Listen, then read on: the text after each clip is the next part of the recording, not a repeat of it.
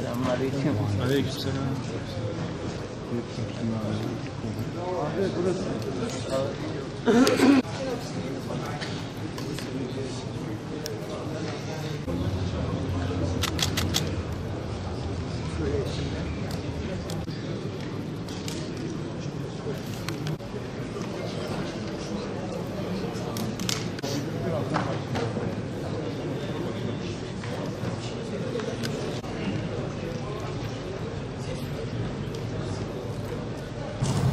لقد صدق الله رسوله الرؤيا بالحق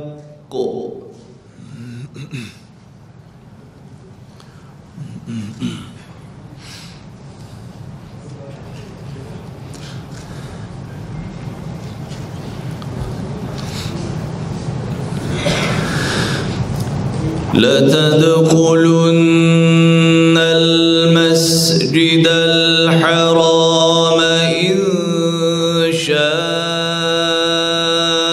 الله آمنين محلقين رؤوسكم ومقصرين لا تخافون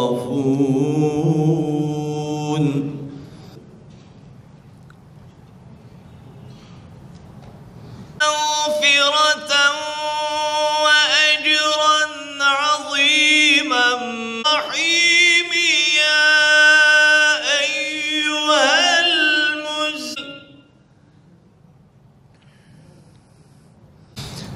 قم الليل إلا قليلا. Başka hiçbir medeniyet döneminde bu kadar insan zulümden ve açlıktan ölmedi. Savaşlar bu kadar acımasız olmadı. Bu yüzden dünya nüfusunun 5'i yoksulluğa mahkum edildi Batılıların yüzünden. Savaş, yoksulluk, açlık, sefalet ve ölüm Batı medeniyetinin ürettiği küresel sorunlardır. Muhterem kardeşlerim, 2001 yılında 11 Eylül hadiseleri dünyayı bir kaosa sürükleyen yeni bir dönemin başlangıcı oldu.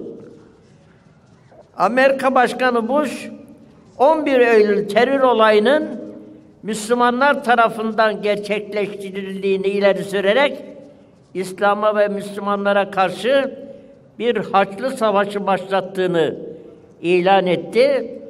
Hazırladıkları Büyük Orta Doğu projesinde bu savaş alanı Fas'tan Endonezya'ya kadar uzanıyordu. Bu savaşın hedefi bölgede sınırların ve yönetimlerin yeniden belirlenmesi, İslam inanç ve anlayışının ise değiştirilmesiydi. Bu anlayışın bir sonucu olarak İslam dini değiştirilerek modernize edilecekmiş. İslam inanç ve kuralları Batılılara göre belirlenecekmiş. Bu maksatta ılımlı İslam projelerini geliştirdiler. Hedef, İslam'ın protestanlaşması, İslami görüşlerin sekülerleşmesiydi. Görülüyor ki, Batılı emperyalist ülkelerde İslam düşmanlığı, İslamofobi planlı bir şekilde artırılmaktadır ve devam etmektedir. Batılı emperyalistlerin bu İslam karşıtlığı, İslamofobinin sebebi nedir acaba? Emperyalistlerin en çok rahatsız olduğu hususlar Müslümanların haksızlıklara karşı bir türlü sindirilemeyen mücadele azmidir. Yani cihat şuurudur ve yüksek ahlaki değerlere bağlılıklar olmuştur. Bu yüzden sömürgeciler ve Siyonistler yıllar boyunca İslam'ı yanlış tanıtmak üzere çalışma yaptılar. İslam'ı barışı tehdit eden bir din olarak göstermeye çalıştılar. Son yıllarda dünyanın her yerinde Müslümanlara zor anlar yaşatılmaktadır. Ve Müslümanlar potansiyel suçlu olarak ilan edilmektedir. İslamofobi, Batı dünyasının bilinç altında Haçlı seferlerinden kalma İslam korkusunun güncelleştirilmiş bir yansımasıdır. İslamofobi çalışmalarının diğer bir gayesi, önemli bir gayesi ise Batı'nın İslam coğrafyasında gerçekleştirmek istedikleri insanlık dışı her türlü eylem ve saldırıyı, sömürüyü, terörle mücadele ediyorum gerekçesiyle meşrulaştırmak gayretleridir. Afganistan'a, Irak'a, Suriye'ye, Mısır'a, Libya'ya, neredeyse bütün Orta Doğu'ya bu uydurma gerekçelerle terörle mücadele ediyoruz iddiasıyla saldırdılar. Bu ülkelerde milyonlarca insan katledildi. Yüz binlerce insan sakat kaldı. Milyonlarca yaşlı demeden, kadın çocuk demeden onların evlerini terk edip göçmen olmalarını sağladılar. Muhterem kardeşlerim, emperyalistlerin bu zulüm düzenine karşısında dünya ve insanlık yeni bir umut, yeni bir ışık, yeni bir kurtuluş yolu, yeni bir adil yönetim, hak ve adalet merkezli yeni bir dünya, yeni bir düzen, yeni bir medeniyet arayışı içerisindedir. Yoksulluk, açlık, savaş, ölüm ve korku ile simgeleşen Batı medeniyeti dünyanın sorunlarını çözemez, nitekim bugüne kadar da çözemedi. Batılı değerlerin çözüm arayışları hep sorun üretti, yeryüzüne kriz, çatışma, açlık, kan ve gözyaşından başka hiçbir şey getirmedi.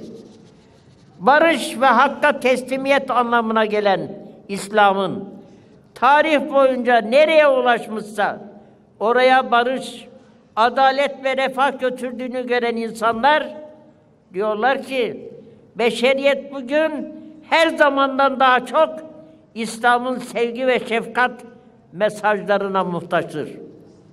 Bu sorumluluk duygusu içinde Cenab-ı Hakk'ın yardımıyla barış medeniyeti olan İslam medeniyetini inşallah yeniden inşa edeceğiz. İslam aleminde ve dünyada barış ise ancak Müslümanların birlik ve dayanışmasıyla gerçekleşebilir. Bu gerçeği de hep göz önünde bulundurmak mecburiyetindeyiz. Bu yüzden dünyadaki bu zulüm düzeni karşısında gün, inananların birleşme günüdür. Sadece konuşma değil, ciddi ve kararlı adımların atılma günüdür. Irkçı ve tekelci mihrakların yeryüzünde çıkartmaya çalıştığı fesada karşı Müslümanlar mutlaka birleşmelidirler.